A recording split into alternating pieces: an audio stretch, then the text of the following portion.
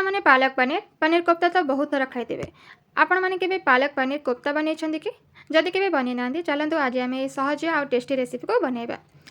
ये मो पालंग शाग को भलरे धोईकी छोट छोट काटिकी गोटे बाउल में रखिदे आउ पनीर को ग्रेट करके पकई दूचे।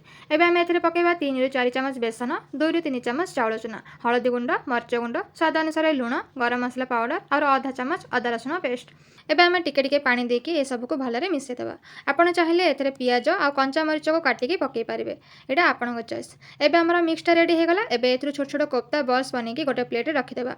एवं गोटे कड़ाई में तेल गरम करवा बनईकी रखिथिबा कोफ्ता बल्स को तेल पकईकी गोल्डन होगा जाए छाणीदेवा। मन रखिथे छाणीबा समय फ्लेम को लो टू मीडियम रे रखिकी छाणीबे। हाई फ्लेम रे बिल्कुल भी छाणीबेनी नहेले कोफ्ता भितर कंचा रही। मझे मझे टिके ओल्टोथे जहाँफल कोफ्ता सबुआड़ू टिके भलरे फ्राए हे।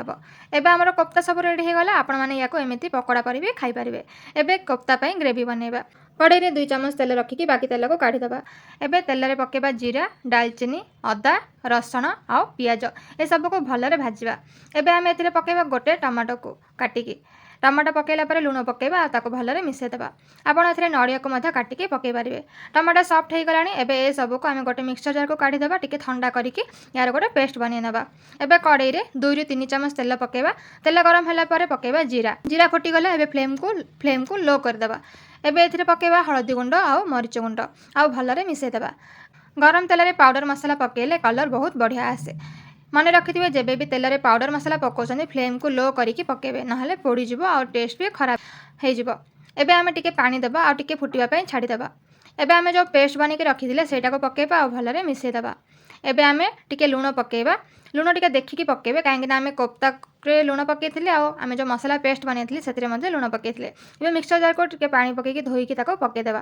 पानी आपनको जतिकी ग्रेवी दरकार सेतिके अनुसार पकेबे। टिके अधिका पकईले भी चलिबो कहीं आमे जो कोफ्ता पकईबा कोफ्ता ग्रेवी को टिके एब्जॉर्ब करदेबा। पानी पकईला परे टिके फुटिबा पई छाड़ीदेबा। एबे पानी फुटीगला। एबे बनईकी रखिथिबा कोफ्ता बॉल्स को पकईबा आ 1 ରୁ 2 मिनट पर्यंत ताको कुक करबा। 1 ରୁ 2 मिनट रू बेसी कुक करबेनी नहले कोफ्ता सब ग्रेवी रे खोलीजिवो। एबे हमारा सहजिया और super tasty palak paneer kofta ready होगला। आपण को गरम गरम भात किंबा रुटी सहित एंजॉय करंतु। आज रेसिपीटी आपण मानको केमिति लागिला मते कमेंट करके निश्चय जणाइबे। जदि वीडियोटी भल लागिला वीडियोटी को लाइक करदेबे शेयर करदेबे। चैनल रे नुआ थिले चैनल को सब्सक्राइब करदेबे और सब्सक्राइब कला परे पाखरे थिबा बेल आइकन को भी निश्चय प्रेस करदेबे। आज पई एतिकी पुणी देखा हबो आ गोटे नुआ वीडियो रे नुआ रेसिपी सहित। रहुची धन्यवाद।